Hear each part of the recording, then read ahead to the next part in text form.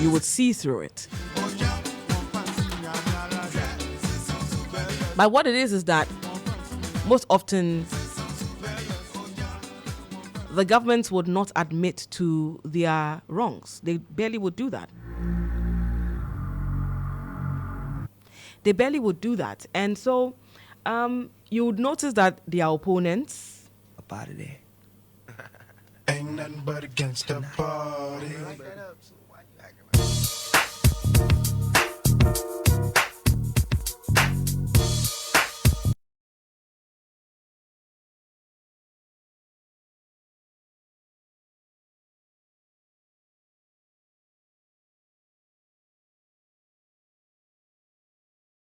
opposition will see everything wrong with what they do. Hardly would you find the opposition commending the government. It's something we've become used to, right? But doesn't mean that everything the government in power does is right. You know that.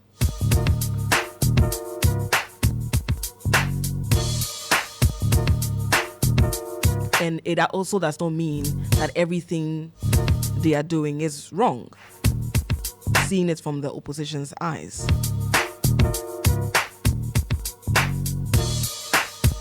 But you also will admit that in many instances, when a government is in power, some key institutions are supposed to, for instance, call out the government, may fail to do so. And so it will fall on the opposition to do that. And when it happens like that, there are tendencies where people will just say, oh, don't mind these people. It's the opposition. Or it is being funded by the opposition.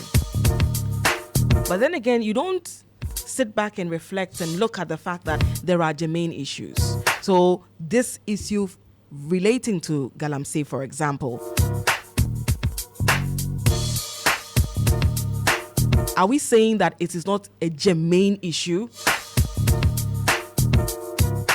Or, yes, we admit it's a germane issue. But then if the opposition comes and joins in the conversation, then you're saying that what? It waters down the facts. Does it change the color of the water that we are seeing? I think that we shouldn't use politics to downplay our real problems.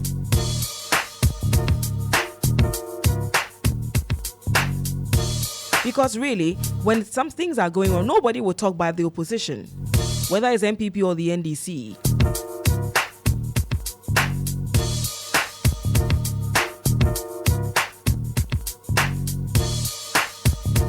So let's try as much as we can to sift the issues.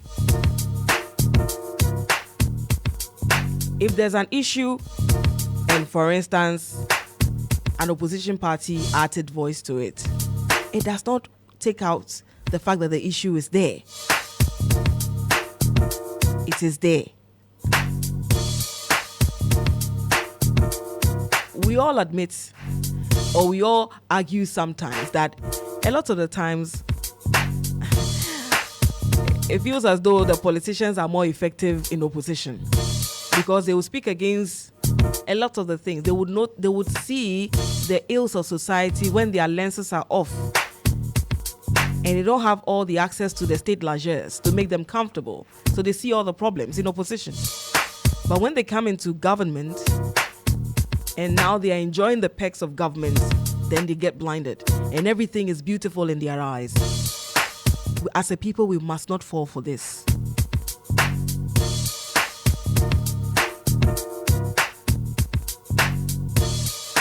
So whether we like it or not, they will be part of the conversation. But let's not use that to water down genuine concerns of people. We cannot consistently do that to ourselves.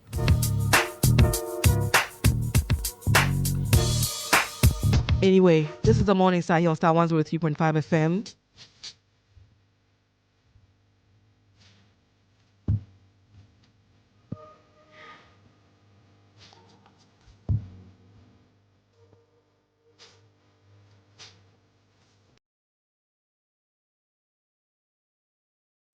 legal affairs correspondent, is joining me in the studio.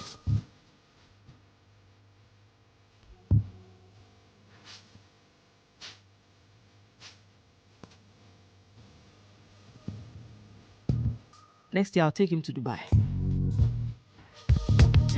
But I have a question for you. What is luck? What is luck to you? For many, luck is that glorious moment when you find money in your trousers, right? When you are broke.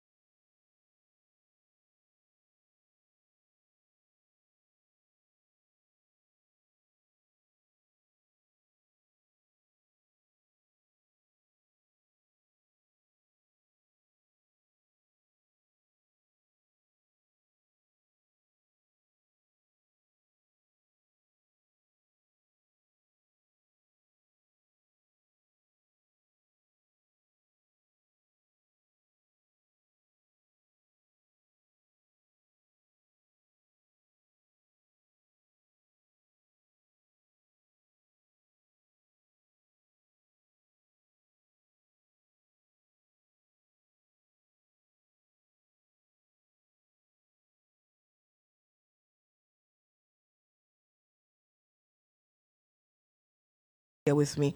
Mutala, good morning to you. Good morning, Nadidi.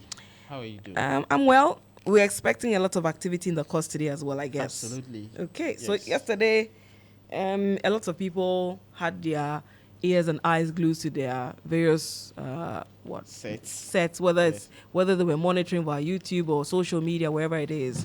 They wanted to know What was happening? what's happening, Yes. especially when the news was that the lead convener for Democracy Hub was going to be sent to Oliver Barker. court. Former- Yes, yeah. But yesterday, the news was that what? He's unwell. He is unwell, yes. So you notice that since Tuesday, even though the legal vacation is still on, Yeah. the court is so busy. So since Tuesday, this issue about the protesters always will come to court. And the unique thing about these whole sittings, normally they bring them in the afternoon. So sittings go deep even after the normal court sections. Hours, okay. At the courts by 4, latest by 4, all courts close. And so this one had to travel even beyond 5 p.m.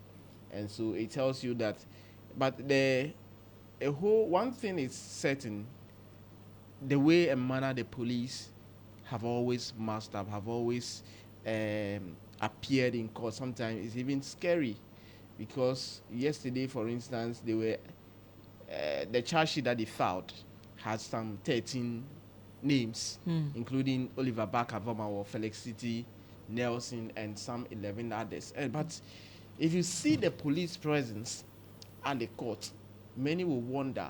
I know they have done a lot of security issues, so when it comes to security matters, you don't play with certain things. You have to make sure that you tackle issues from all angles. I'm sure also that they are looking at the number of people who will be amassing up at the court, and all that. Police intelligence will also lead them to do certain things. But well, we'll move on from there. And then the case was scored, but Oliver Barker was missing. But before they will even arrive, there were issues about his health, whether he was going to come to court and all that. And when they arrived, he wasn't part. So the case was scored. And immediately the case was scored, something came up. Dr. Justice Remsai, who represented one of the defense lawyers, I might say, raised an issue, pointed to the court that, look, at this particular point in time, the charge sheet that was read, 2 of the accused persons were not present in court. And even those who were present, there was one particular accused person who was present. Their name is not on the charge sheet. The arrest also took place beyond 48 hours. So they were wondering what is happening. So it turned out that the names that were mentioned, one person was skipped. And guess who the person is? Felicity Nelson. So she was seated, she was handcuffed in court, but when the charge sheet was read, her name was not part. So it was skipped. So we drew the court attention to that. Secondly, he also made known to the court that ever since the suspect at the time were picked up, counsels never had opportunity to have conference with them. So he is urging the court to stand the case down for them to have conferences with their client. And initially, Dr. Justice Shropshire, for instance, when they announced themselves, said he was representing two of the accused persons. Then the court said, okay, let me give you some time. Prosecution did not oppose. 30 minutes. So after having conference with the accused person, it changed. So he added one accused person, and some of the lawyers also had some adding to those who they are representing. So the case was called, the charges were read, in fact, 6 counts: conspiracy, unlawful assembly, causing unlawful damage, offensive conduct to the breach of peace, and of course, so it applies to all of them. Virtually all of them. So they pleaded not guilty. So now I am asking because, you know, we saw in some of the videos where people were just standing. Absolutely. So is it the case that maybe one person is unlawful assembly, another person is causing damage, or one person gets all the 6 counts? So if you look at the way they couched the charge sheets, yes, virtually all of them. So everybody gets all the 6 charges. Absolutely, all of them. So they mention your name, they read Oliver Barker and 11 others. They mention your name, and then they tell you and others did A, B, C, D until the because whole usually, count.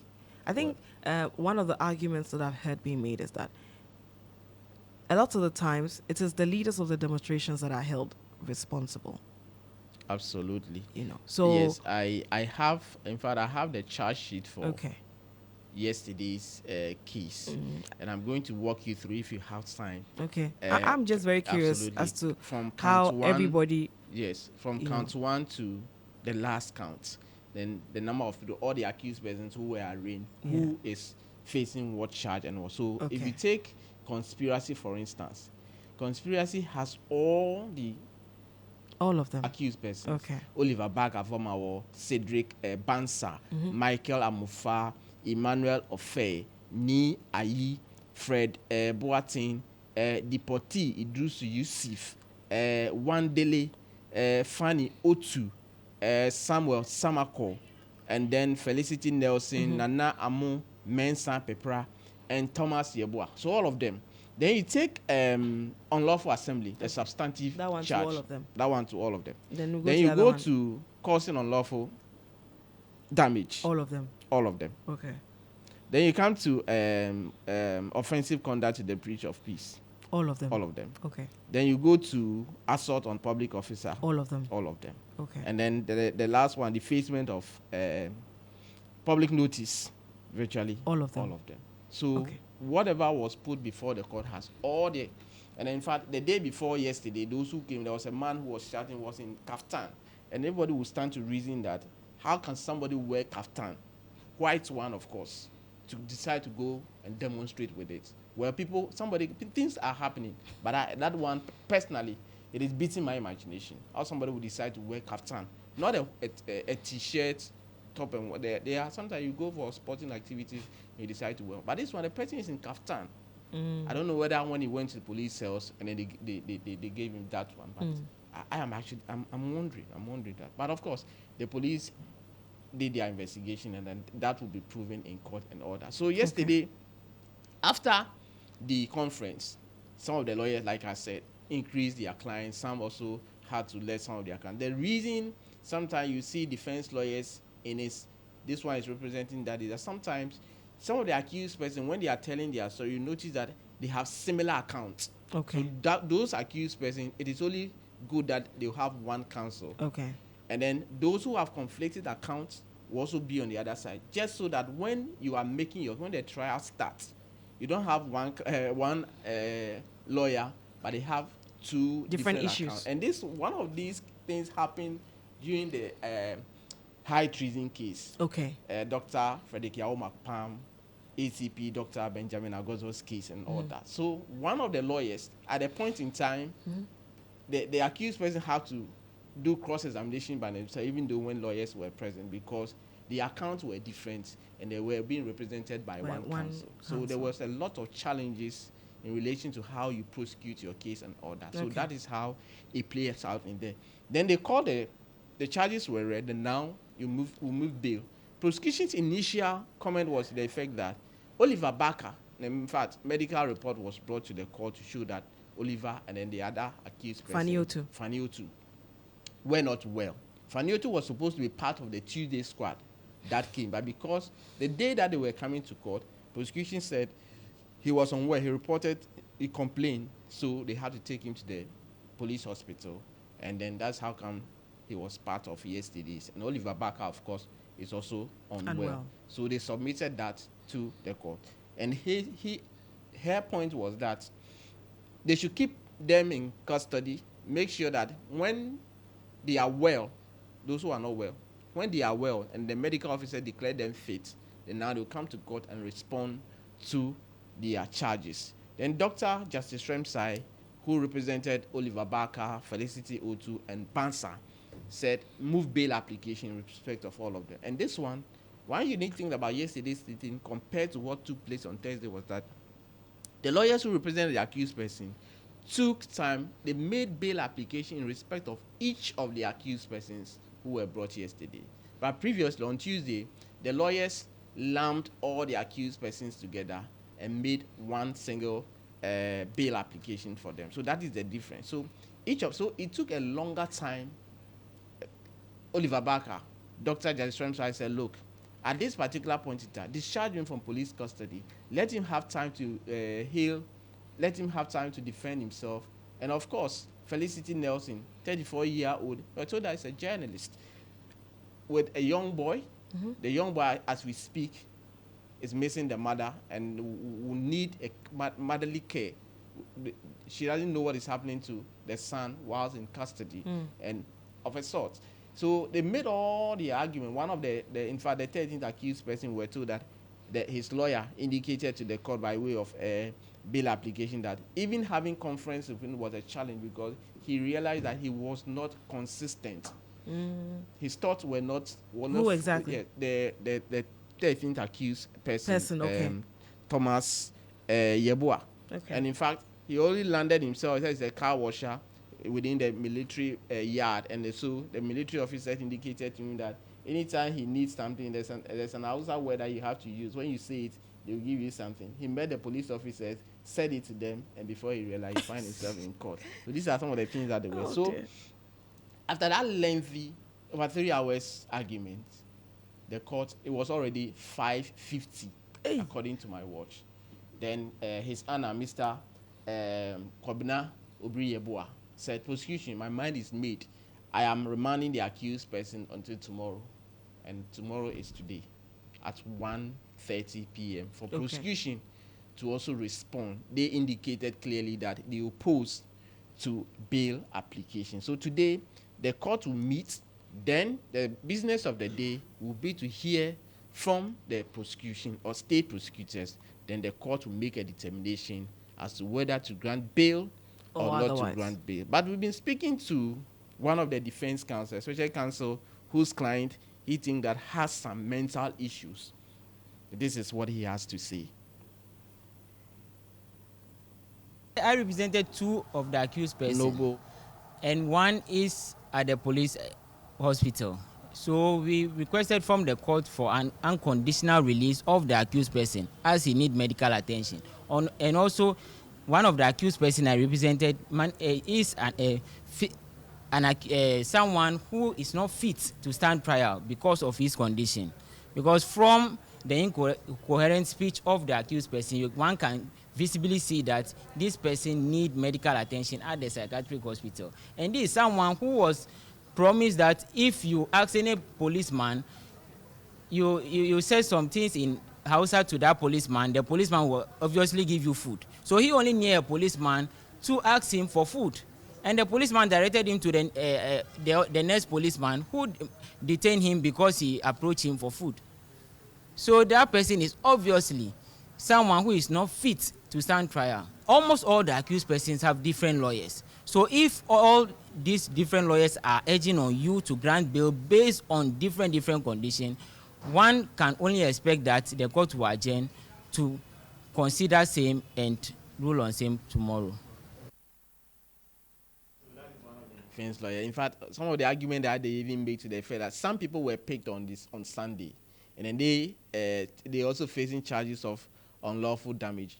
And one of the argument was that before Sunday, the damages had already been committed or been done. So at what point did the person you picked up on Sunday commit that particular unlawful damage? So these are things that the court will have the opportunity upon hearing prosecution to make a determination as to whether to grant the accused person's bail or not. So that is in relation to the Democracy Hub, the protesters who have been. And this puts the number to 52. 52. In fact, it is 53, one person at large. Or that one person is a subject matter of bench warrants. The remaining 52, all of them have appeared in court, and some will know their fate today. All right. So the deputy AG too. Yes. So this whole week, state prosecutors are also going through some sensitization to ahead of the new legal year. Sometimes an annual program that they do. It will end tomorrow.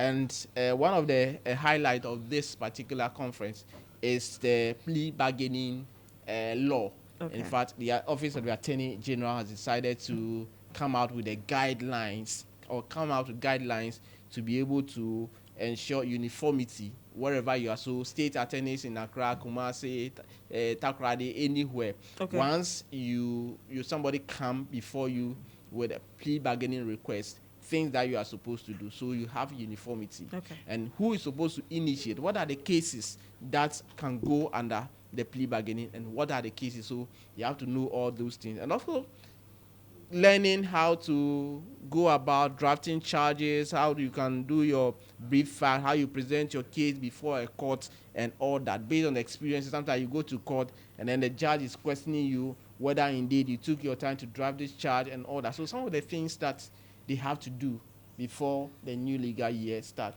and so it has been. But the Deputy Attorney General, Alfred Chiayeboa, who launched this particular plea bargaining guidelines, has been speaking in relation to what should the plea bargaining law or guidelines will be doing.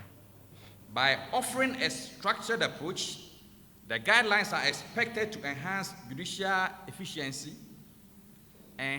reduce case backlogs, and foster a more responsive justice system. The formulation of these guidelines is the result of extensive consultations and collaborations among various stakeholders, including members of the Office of the Attorney General and Ministry of Justice, members of the judiciary, legal practitioners, law enforcement agencies, and representatives from civil society.